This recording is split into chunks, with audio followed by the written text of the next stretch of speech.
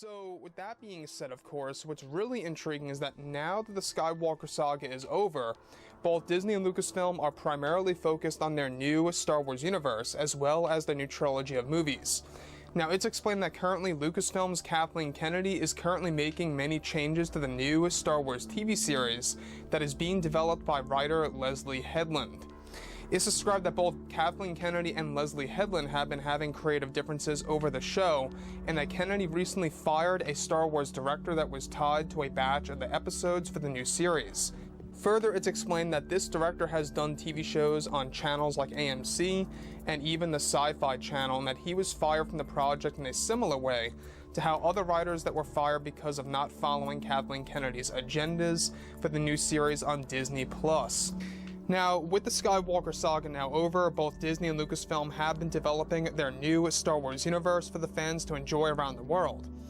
It's explained that currently both Bob Iger and Bob Chapek are doing everything in their power to create a better future for the Star Wars franchise. However, it's described that Kathleen Kennedy is still working on the Leslie Headland Star Wars TV series for Disney Plus that is set to release sometime in 2022 on Disney Plus. However, it's noted that recently Kathleen Kennedy actually fired a Star Wars director that was set to direct roughly 2 episodes of the new series, and that once again, this fell into creative differences between himself and Kathleen Kennedy.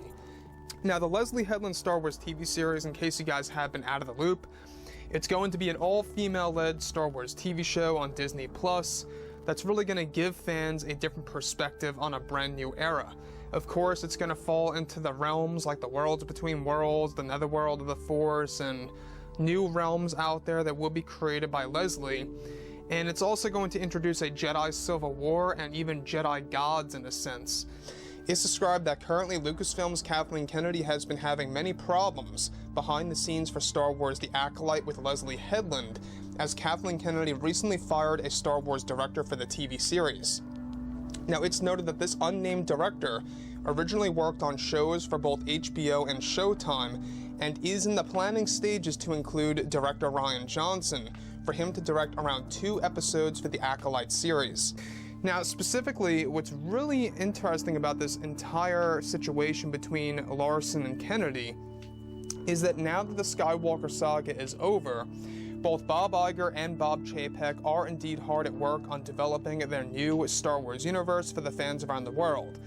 However, it's explained that behind the scenes, one TV show that is having lots of trouble is the Leslie Headland Star Wars TV series for Disney+. Now, it's explained that actress Leslie Headland, or should I say actress Brie Larson, who is working with Leslie Headland, has been having major problems with Lucasfilm's Kathleen Kennedy for not allowing her character to have a specific set amount of screen time for the new series. Now, specifically, of course, on top of all of this, given that The Mandalorian Season 3 is now in development, both Disney and Lucasfilm are primarily focused on their new Star Wars projects for their new universe. It's described, however, that behind the scenes for Star Wars The Acolyte, some problems and creative differences are beginning to elevate.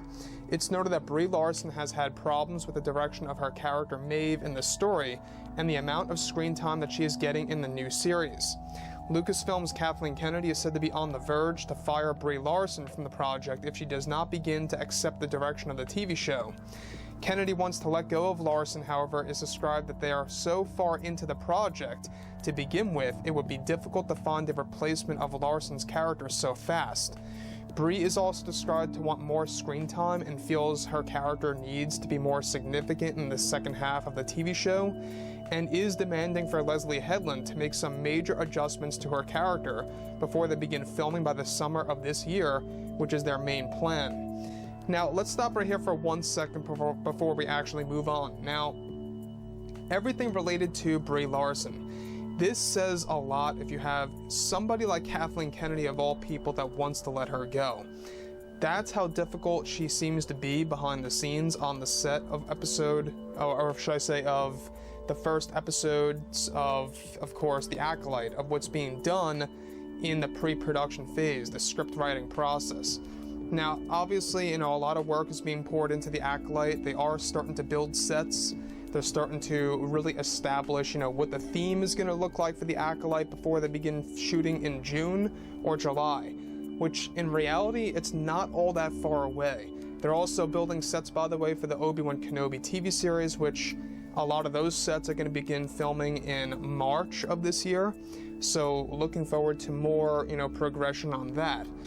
Further, it's noted that Brie Larson wants to make sure that Lucas's philosophy of Star Wars end with Star Wars The Acolyte TV series, and Leslie is actually listening to Brie's approach for her character Maeve to actually shift away from the current Jedi code that was created by George Lucas and others out there.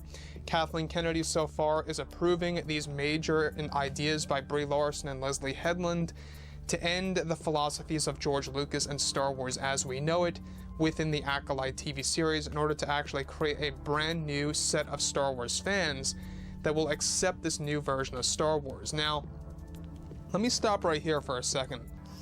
Now, with that being said, of course, what's really exciting all has to do with the Rise of Skywalker 4-hour cut and a specific deleted scene that is actually currently being worked on between Jon Favreau and others out there.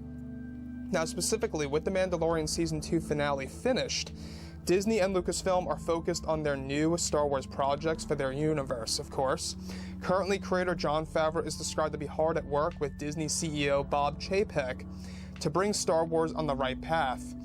It's described that Jon Favreau is going to work on the Rise of Skywalker 4-hour cut that is also going to include a deleted scene separate that will actually feature a glimpse into Rey's original lineage as Rey Kenobi.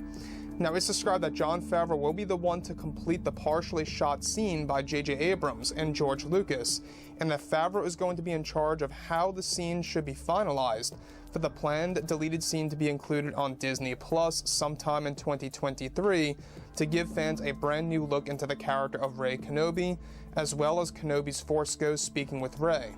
Now, in case you guys did not know, there was going to be a full-on sequence in Episode 9 featuring the Lost City that was going to take place underneath the world of Pasaana.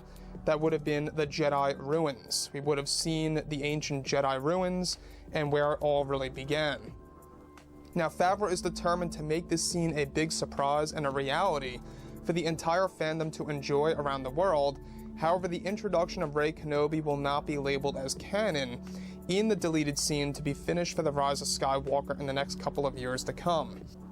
Both Disney and Lucasfilm have been focused on the future of Star Wars and more with their new projects. It's described, however, that creator Jon Favreau is working closely with other creators to finish a Rey Kenobi scene from the original cut of Episode 9 that is planned for a 4-hour cut of the Rise of Skywalker. Now, it's described that the Rey Kenobi scene was only partially shot and involved a full-on sequence in which Rey travels to the lost city of the Jedi and discovers the Temple of the Prime Jedi, which was teased in The Last Jedi. Now, let's stop right here for 1 second. The Prime Jedi, in case you guys did not know, the mosaic can be seen in the First Jedi Temple in Episode 8. Now, moving along, it's noted that the scene progressed to a moment in which Rey enters a place called the Lake of Dreams, in which she meditates while floating in shallow water in the dark, where she actually begins to hear the Force Ghost voice of Obi-Wan Kenobi. Now, this is exactly when the revelation of Kenobi revealing to her that he is actually her grandfather by calling her granddaughter in the sequence happens. Ewan McGregor was actually said to have worked on the scene in which Rey also sees a vague image of Kenobi in the distance, similar to how Luke saw Kenobi on Hoth.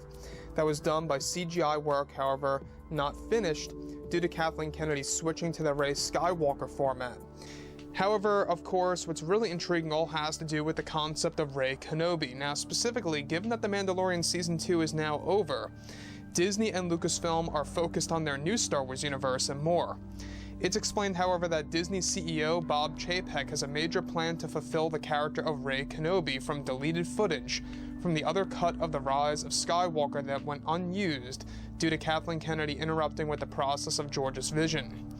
Now, it's described that not only will Jon Favreau take part in developing the Rey Kenobi scene for a planned 4-hour cut of The Rise of Skywalker, where it's described that Lucas will also be working very close with Jon Favreau to complete the entire sequence, involving Rey Kenobi in the mix taken directly from footage that is within the Lost City underneath the world of Pasaana that was unused for Episode 9. Now, it's explained that many changes are being made to Lucasfilm behind the scenes and how they handle Star Wars. Now, it's noted that during and after the premiere, many of the Star Wars creators and actors were interviewed about their experience with Star Wars, to the point where actor Mark Hamill eventually talked about his expression with The Last Jedi. It's explained that at one point in time, Mark Hamill apologized to fans, saying that he was sorry for anything he said negative about director Rian Johnson and his take on the movie, and how it only stirred up a ton of confusion about what he, Mark Hamill, thought about the movie. Mark Hamill further stated that he was sorry for the negative expressions he had with Rian Johnson's take on Luke Skywalker and how he handled the character of Luke in The Last Jedi. Now, further, it's noted that Mark Hamill felt bad for the community after what he said about Star Wars The Last Jedi and more. Now, with that being said, of course, what's really intriguing all has to do with Mark Hamill apologizing to Star Wars fans over a big deal related to a specific film. Now that The Mandalorian Season 3 is all in development, Disney and Lucasfilm are primarily focused on their new Star Wars universe and more.